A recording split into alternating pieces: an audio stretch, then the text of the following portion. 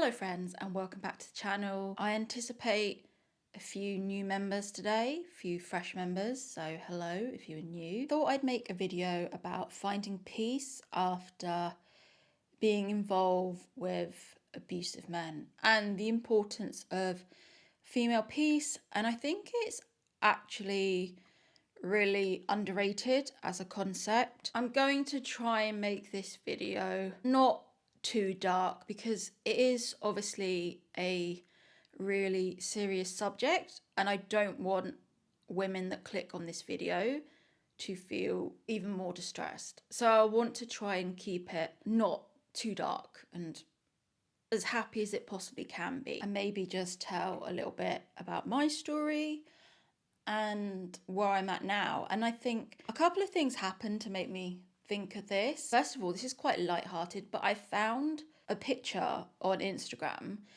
and then I thought, this is my peace, this is my dream home. And I'll put a picture up on screen, and it's basically a cottage by the sea, and it has a thatched roof and it has roses all in front of it. And yeah, it's probably an AI cottage, I know that.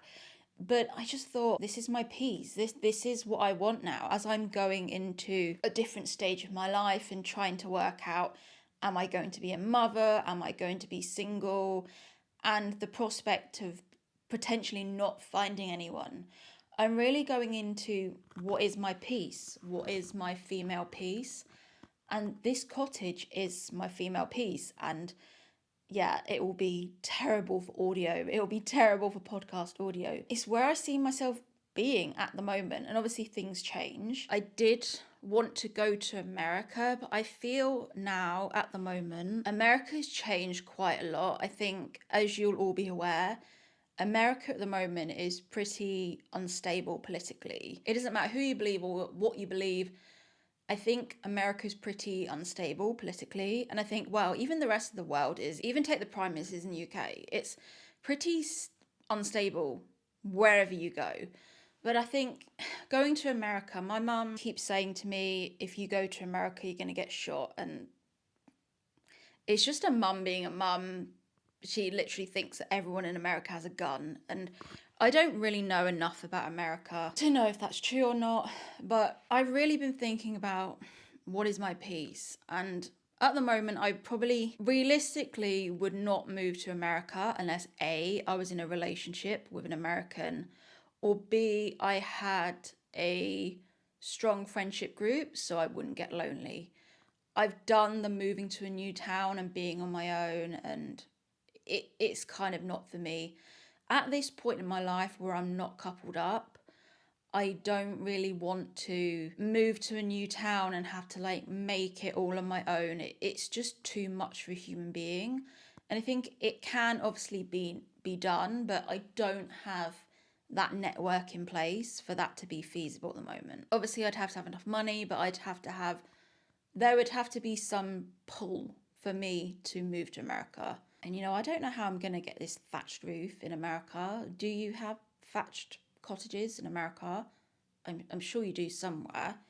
I'd have to be as rich as Tony Robbins and then I could just fly someone out. It's definitely about finding my peace. And I think finding your peace is extremely underrated for a female. And also I watched Made on Netflix, it isn't a recent thing. I think it's been on Netflix for a few years. And I eventually got around to watching Made, and I thought, this girl's whole life blew up because of the decision of one man.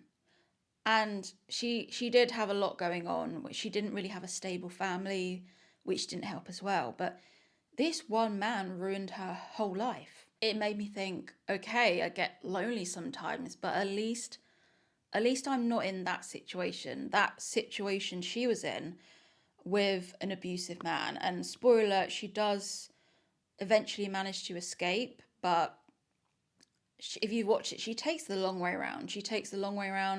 And she makes mistakes and she goes back to him. And I think on the whole, it's a pretty realistic take of what a domestic abuse victim would do. They would go back to the person. I think it was it was, as a viewer, it was frustrating watching her because you could see, why are you doing this? Why are you doing this decision? But then I thought ultimately it is a realistic portrayal of what would probably happen. But this is what it comes down to for me, is that I've kind of purposely made my life to have, I call it female peace, to have as much female peace as possible. And it's difficult to let go of that. It's difficult to let go of that and put another man into your orbit and potentially lose that peace. And I get it when I see people making reels about this, making TikToks saying, I don't want a man. I am at peace. I'm comfortable. And it goes back to this discussion that I was talking about in my last video of how, or one of my last videos, of how nowadays we only seek partners that can give something to us. They can help us. They can bring something to our life. We've lost the concept of just liking someone just because. The just because doesn't exist anymore. It's, what can you do for me? How can you improve my life? How can you improve my business? We've lost this just notion of just people partnering up for the sake of it. And this is why it's always harder for women, because I do feel like women have more to lose. And even in the drama Made, we saw that once she had a child, it makes things 10 times harder. And it made it 10 times harder for her to escape because she had the child. She couldn't just girl boss her way out of her situation because she had to look after this child, or she had to put the child in daycare. Women know that picking the wrong man fucks up their life. And I think this is, for me, I'm lucky that I don't have this situation and have a child. Maybe some people watching this do. But it makes things 10 times harder once children come into the picture. But for me personally, I had to find my own peace. And if you're new to my story, my own personal story is that I tried predominantly dating in my 20s. Most of my dating experience is in my 20s and some of my early 30s. And then I became celibate. I became celibate to almost have peace from men because I wasn't finding the type of man that I wanted. And I've definitely gone into this place now where I've stopped trying. I think as a woman, you get to this stage where you just stop trying and you just retreat into your own peace because you realize you're probably not going to find what you want. You're probably not going to find that man that wants to take you out to dinner. You're probably not going to find a man that is emotionally healed. I think it does get harder for women. I feel like women in their 20s start off crazy and then they tend to sort themselves out in their 30s. I think for women, they improve emotionally. But I think sadly, obviously not all men, I think it's the other way around. I think men it kind of declines. And you can be stuck in your 30s or 40s thinking, where are the emotionally evolved men? And I even thought to myself the other day, I was like, okay, I've got to that stage where I'm at peace. My living situation is stable. My channel is stable. And I thought, oh, we're back to this again. We're back to this again of the only place to find someone is on a fucking dating app. I just can't do it. It's not that I don't want love, but I just can't physically go on a dating app again and be just swiping past singledads.com. Tinder is singledads.com, and I don't want to date a man that has children. I think of, if I date a man with children and then the child's going to come in, and obviously it's not the child's fault, but the child's going to come in, they're going to fuck up my filming equipment, they're going to draw on the walls because they are a child and they don't know what they're doing because they're a child. And I think at the moment I have a certain level of peace, and I think that's going to be incredibly difficult for me to step out of myself and think that is a child, to a child that I haven't given birth to, a child that isn't mine. I don't know. I kind of feel like if a child isn't yours, there's something psychologically where you feel, oh, I can give them back. They're not mine. I don't know if I could just take on someone's child like that. I don't know if I could disturb my own peace by letting a man into my life that had children. Or if they're older, if they're teenage, they're going to have teenage hormones, they're going to hate me, they're going to scream at me, they're going to call me a fucking bitch. And I don't want that peace disturbed. I like the peace that I have. And I'm not saying I have a perfect life. I get lonely, there's times that I cry. You know that I'm honest on this channel and I don't sugarcoat shit. It's not a perfect life, and I don't think anyone's life is perfect despite what they are selling you. No one's life is perfect. I don't know. This is what happens when you're a female.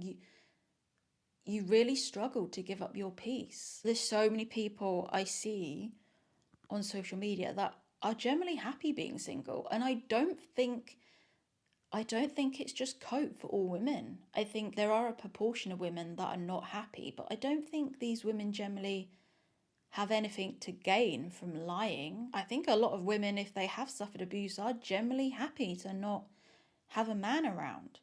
And for some reason, I don't know why, I've only been sent the crusty ones. I don't know why. I've been a good person my whole life. I recycle, I help old ladies at the supermarket.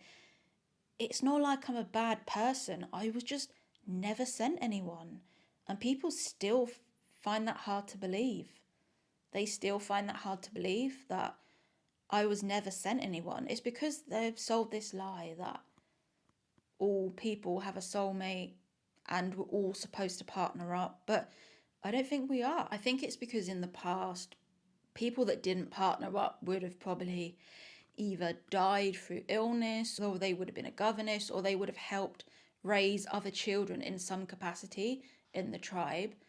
I think it's because now we don't have that, because we all live in separate houses, that there isn't this sense of community and of bringing up children together. It's everyone's separate. So then the pressure is placed back on you to find your partner, to find the one, because we don't live in these big tribes now where we help each other grow. And also this is going to be a really slight tangent, but we stopped caring about older people, the older generation.